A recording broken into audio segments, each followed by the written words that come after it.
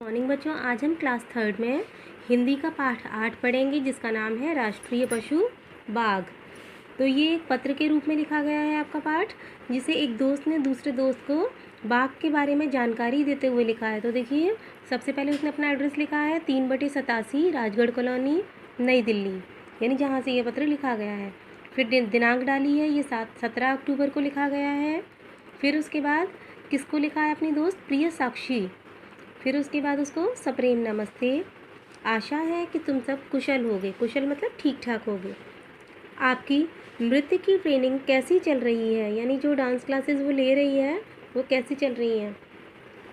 दीदी कल हम सब चिड़ियाघर, अच्छा ये किसी दीदी को लिखा है उसने कि दीदी कल हम सब चिड़ियाघर देखने गए थे। वहाँ शेर, बाघ, हाथी, मोर, हिरन, सांप, रंग बिरंगे पक्षी सब एक साथ देखकर बहुत आनंद आया। बहुत आनंद आया मतलब मज़ा आया, यानी इतने सारे पशु पक्षियों को जब एक साथ देखा तो उन्हें बहुत अच्छा लगा।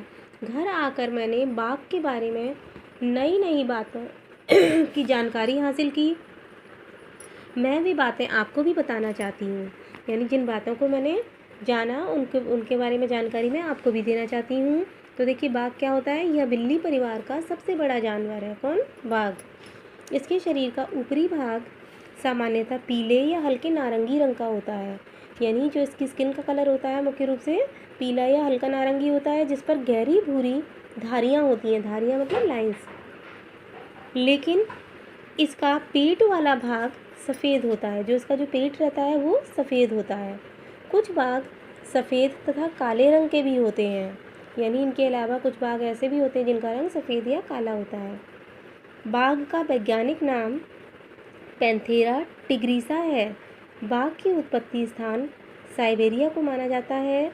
जलवायु और ज़्यादा ठंडी होने पर वे दक्षिण की ओर भारतीय उपमहाद्वीप में आ गए, यानी पहले ही इनका उत्पत्ति यानी ये वहाँ से शुरुआत इनकी साइबेरिया से मानी जाती है, लेकिन वहाँ की जलवायु के कारण और वहाँ ज़्यादा ठंडी होने के कारण ये कहाँ आ गए? दक्षिण की तरफ चले गए, भारतीय उपमहाद्वीप में।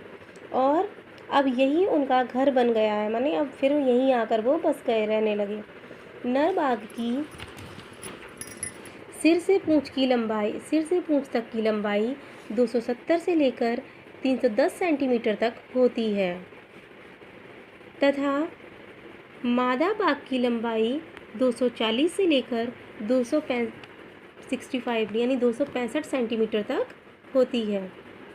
नर बाघ का औसत वजन 221.2 किलोग्राम तथा मादा का वजन 139.7 ग्राम तक होता है। 7 किलोग्राम तक होता है। बाघ सिंह की तरह सदा अपने परिवार के साथ नहीं रहते हैं। बाघ के बच्चे अपने जन्म से लेकर 18 महीने तक अपनी माँ के साथ रहते हैं, यानी जब इनका जन्म होता है तब से लेकर और 18 महीने के होते हैं तब तक ये अपनी माँ के साथ रहते हैं। और उसके बाद 18 महीने के बाद ये स्वतंत्र रूप से जीवन जीने लगते हैं, यानी अपने अलग रह करके अपनी ज़िंदगी जीने लगते हैं तथा अपना अलग इलाका बनाने लगते हैं, यानी अपना अलग एक इलाका बना लेते हैं। बाघ के बच्चे 5 साल में वयस्क हो जाते हैं, यानी जवान हो जाते हैं।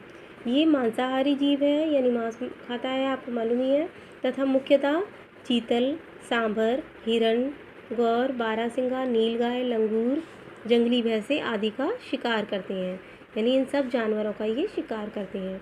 ये कभी कभी अपने इलाके में घुस आए पालतू जानवरों का भी शिकार कर लेते हैं। अगर इनके इलाके में कोई पालतू जानवर घुस जाता है तो ये उनका भी शिकार कर लेते हैं।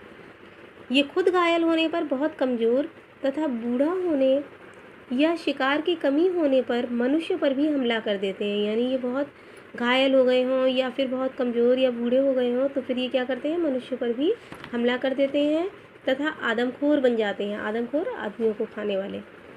वर्तमान समय में इनकी संख्या काफ़ी कम रह गई है, यानी बहुत कम संख्या में ये रह गए हैं तथा ये विनाश के कगार पर पहुंच गए हैं। विनाश के कगार पर मतलब अब ये बिल्कुल ही ख़त्म होने वाले हैं। इनकी ऐसी स्थिति का प्रमुख कारण मनुष्य है, और इसका कारण कौन है? मनुष्य मनोरंजन, सजावट तथा दवाओं के नाम पर इनका अवैध शिकार करता है, यानी ये मनोरंजन के नाम पर, सजावट के नाम पर और दवाओं के नाम पर इनका अवैध रूप से शिकार करते हैं। बाघ की खाल सजावट के काम आती है, यानी बाघ की जो खाल को ये लोग क्या करते हैं, अपने घरों में सजाते हैं। इसकी हड्डियों तथा शरीर के विभिन्न अंगों का इस्तेमाल अनेक दवाओं के निर्माण में किया जाता है, यानी इनकी हड्डियों और इनके शरीर के अलग अलग हिस्सों का निर्माण, कई अंगों का इस्तेमाल दवाओं के बनाने में किया जाता है। साथ ही अत्यधिक जनसंख्या वृद्धि के कारण, यानी ज़्यादा जनसंख्या बढ़ने के कारण जंगल कम होते जा रहे हैं। इस कारण बाघ मानव बस्तियों में भी घुस आते हैं। अब जंगल कम हो गए हैं तो नेचुरल है वो कहीं तो जाएंगे, तो मानव बस्तियों में घुस आते हैं तथा पालतू पशुओं का शिकार करने के कारण मनुष्य इनको मार देते हैं। और जब ये बस्तियों में घुस आते हैं और उनके पालतू जानवरों को मारने लगते हैं तो मनुष्य इनको मार देते हैं। यह भी बाघों की घटती संख्या का एक प्रमुख कारण है। जब 1973 में बाघों की संख्या 2000 से भी कम रह गई, तब भारत सरकार ने बाघ परियोजना की शुरुआत की, यानी बाघ परियोजना के नाम से एक योजना शुरू की। इसके अंतर्गत क्या किया, इनकी संख्या बढ़ाने के लिए कई कदम उठाए गए, लेकिन आज भी यह परियोजना अपने उद्देश्य में पूरी तरह सफल नहीं हुई है। यानी जिस काम के लिए इस परियोजना का निर्माण हुआ था वो काम अभी भी पूरा नहीं हुआ है। अभी भी बाघों की संख्या काफ़ी कम है, यानी ये बहुत कम है अभी भी, जिस पर ध्यान देने का की काफ़ी ज़रूरत है। आइए हम सब मिलकर बाघों के संरक्षण में योगदान देने की शपथ लें, यानी बाघों की रक्षा करेंगे, इसमें अपना योगदान देंगे, इस बात की हम कसम लें तथा इस पशु की आने वाली पीढ़ी, तभी हम इस पशु की आने वाली पीढ़ी के बच्चे देख पाएंगे, यानी उसके बाद ही हम इस जानवर के आने वाली पीढ़ी के बच्चों को हम देख पाएंगे। तो आपको आज इसके शब्द अर्थ करने हैं, ये सारे यहाँ पर दे रखे हैं 4 और 3 7 और 3 और 4 ये 7 क्वेश्चन आंसर हैं। इनको भी आप कॉपी में सॉल्व करेंगे। देखिए मैंने यहाँ पर ये करके दिए हैं। भारत का राष्ट्रीय पशु कौन सा है, तो भारत का राष्ट्रीय पशु बाघ है। बिल्ली परिवार का सबसे बड़ा जानवर कौन सा है, तो बाघ बिल्ली परिवार का सबसे बड़ा जानवर है। फिर देखिए सामान्यतः बाघ किस रंग का होता है, तो अभी हमने पढ़ा था सामान्यतः बाघ पीले या हल्के नारंगी रंग का होता है, जिस पर गहरी भूरी धारियाँ होती हैं। बाघ का वैज्ञानिक नाम क्या है, तो ये भी हमने पढ़ा था पैंथेरा टिग्रिसा। फिर देखिए बाघ की उत्पत्ति स्थान किसे माना जाता है तथा वहाँ से ये भारतीय उपमहाद्वीप में क्यों आया, तो ये भी हमने पढ़ा था कि इसका उत्पत्ति स्थान साइबेरिया को माना जाता है। जलवायु और ज़्यादा ठंडी होने के कारण ये वहाँ से दक्षिण की ओर भारतीय उपमहाद्वीप में चले गए। बाघ के बच्चे कितने वर्ष में वयस्क हो जाते हैं, तो हमने पढ़ा था 5 वर्ष में वयस्क हो जाते हैं। बाघ की संख्या कम होने के क्या कारण हैं, तो मनुष्य मनोरंजन, सजावट तथा दवाओं के नाम पर इनका अवैध शिकार करता है, जिससे बाघों की संख्या कम होती जा रही है। तो आई होप आपको समझ में आ गया होगा। तो शब्द अर्थ और ये सारे प्रश्न उत्तर आप अपनी फेयर कॉपी में कर लेंगे और मुझे सेंड करेंगे मेरे व्हाट्सएप नंबर पर। Thank you.